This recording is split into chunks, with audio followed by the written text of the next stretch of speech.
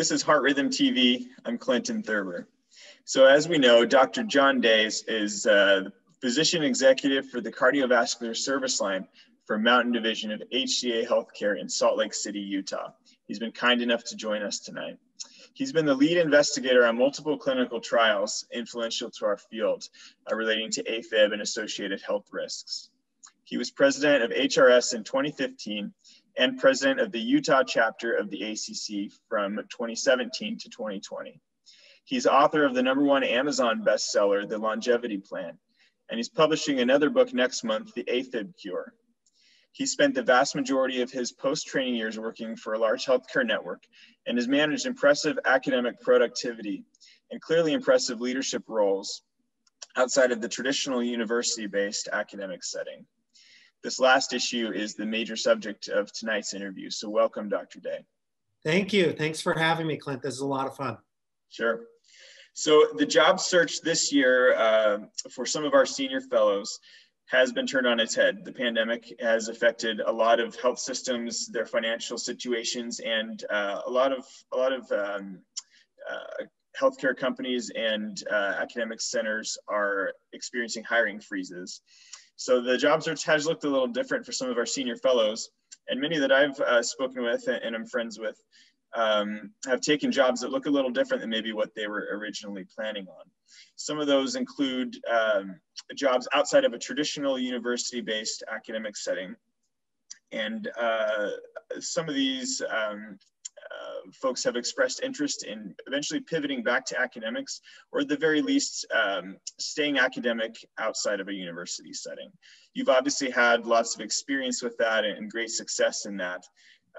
What advice do you have, and how can someone approach that starting a new job? So a lot of things to unpack there in that question. And I think it really depends. I think the first thing is you have to know what you want. And for most people, having a mentor when you're coming out of fellowship is very important. Despite, all the cases you do in fellowship, you'll quickly learn that when you get out on your own, there's a lot that you wish you had someone there to bounce cases off that could help you with a difficult case. And so the first thing I would recommend is wherever you go, whether it's academic, whether it's private practice, whether it's a hospital practice, somewhere in between, having a mentor is very important. Now, the academic piece is something that it really depends on your makeup. It's something that I have always been fascinated with. And when I first came out of fellowship, I was at a university center for close to 3 years. And that was a great opportunity for me. I had great mentors and also had dedicated time to really hone some of my research skills. Then from there, I went into a private practice role for 4 years. Then we were acquired by a large healthcare system where I then spent the next 13 years. And now I've moved into kind of a chief of cardiovascular role from everywhere from Utah all the way up to Alaska in another large healthcare system, but yet still get to practice EP and still get to do research. It evolves with each one. So to try to bring it back, I think finding a mentor, somebody that can help finish your training, and that can take anywhere from 2 to 5 years after your fellowship. And then also, if research is what you want to do, yes, it's pretty easy in an academic center, but it still can be done, whether it's in a private practice or a large healthcare system. That's great to hear. It sounds like the theme that I'm hearing there is knowing ourselves and what drives us, and finding help to honor that. Absolutely. Whatever the job may be. Kind of along that vein, another question I have had from a fellow friend is, in the setup of a private job, it seems that value is placed on productivity and things that may be directly billable to an extent, and correct me if I need to adjust the way I've said that. But that may make it challenging to produce academically and still strike a work-life balance. Do you have recommendations on maybe how to be true to being a family member, being a private or employed physician, and staying in the game, so to speak, academically?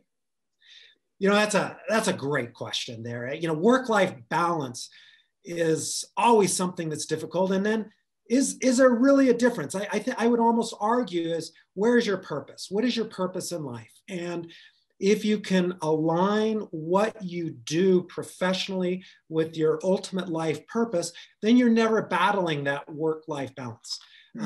But I don't claim to be an expert in this field. I've written books on some of this holistic health and healing and longevity and that, and yet it's still something that I think all people struggle with. Now, in a private practice setting, and as I mentioned, I had moved into a private practice setting and was in that for about 4 years.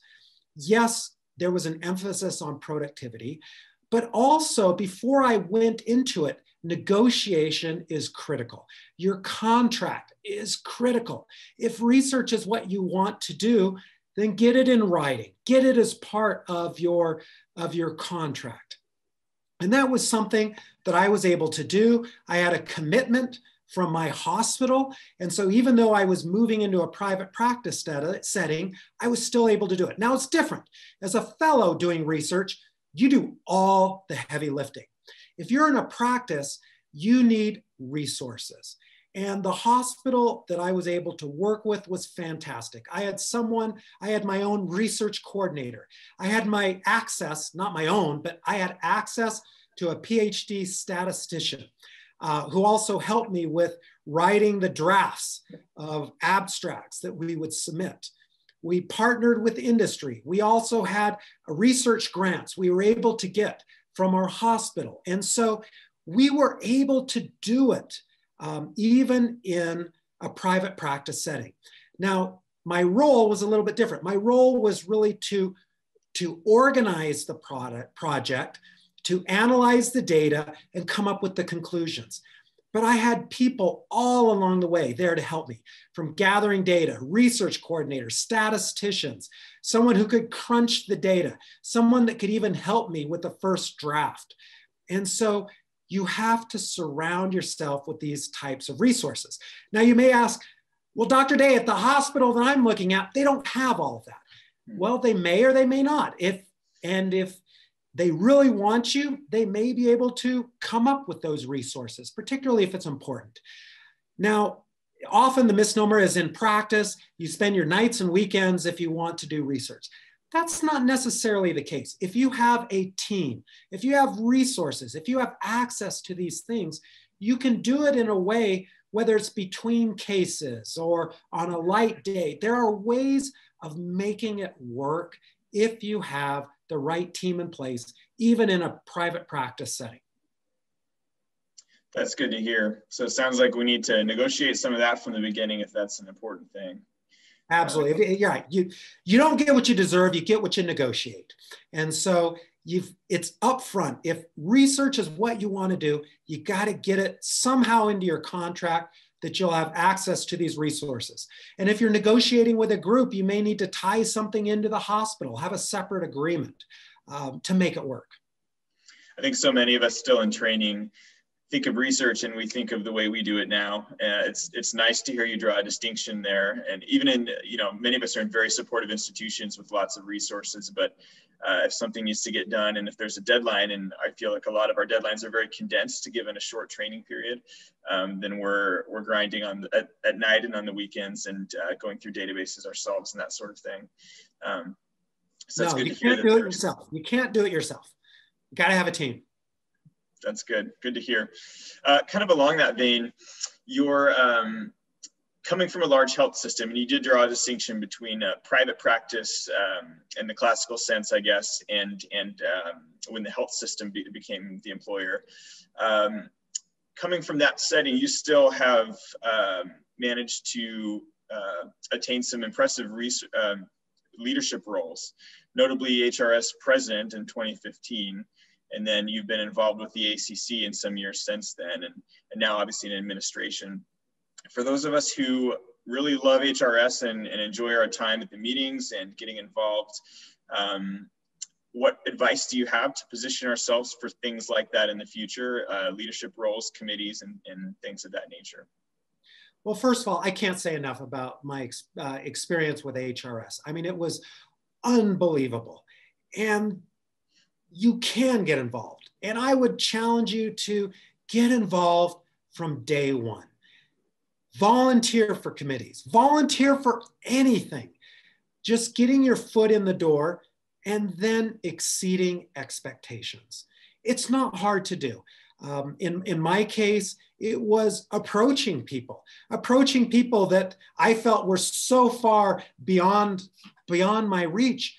But it's amazing how open people are. If they can sense your enthusiasm, your genuine desire to volunteer, to make the world a better place, they will quickly bring you on.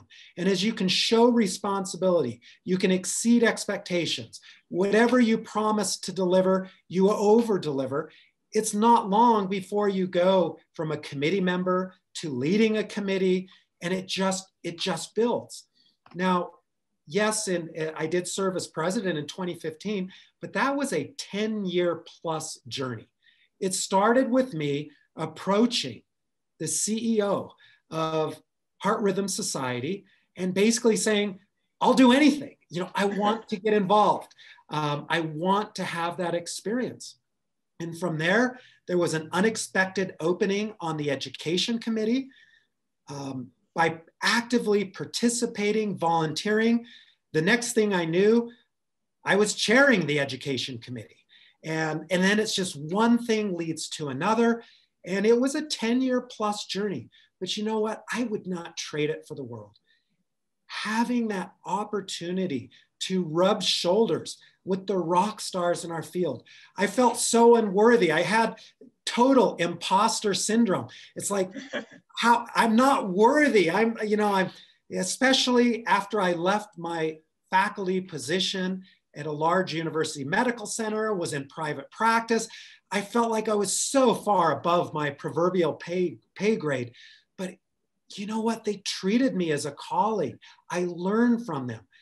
I was able to grow. And those friendships are friendships that I still have today.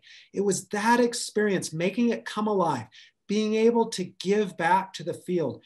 I will always cherish it. Those 10 plus years as I went, like I said, from begging for anything at HRS to getting an unexpected opening on a large committee and then eventually culminating with being able to serve as president. Truly remarkable. I will always remember those experiences. That's awesome. I think there's lots of us who hope to stay involved. If nothing else, all the things that HRS offers, but certainly the collegiality and the chance to stay connected on a meaningful level with a lot of our mentors and our co-fellows at our own institutions and around the country. That's good to hear. So summing up for our viewers, some of the things we've heard tonight, Dr. Day recommends negotiating things that we want in our jobs, certainly opportunities to be academically productive or to be involved in non-traditional interests within our jobs, from having a mentor early on in our practice, to volunteering and committing ourselves 100% in service capacities and with committees, and doing those things. So we're so grateful to have had Dr. Day with us tonight. Thank you so much for joining us. Oh, thank you so much for having me, Clint. It was a lot of fun.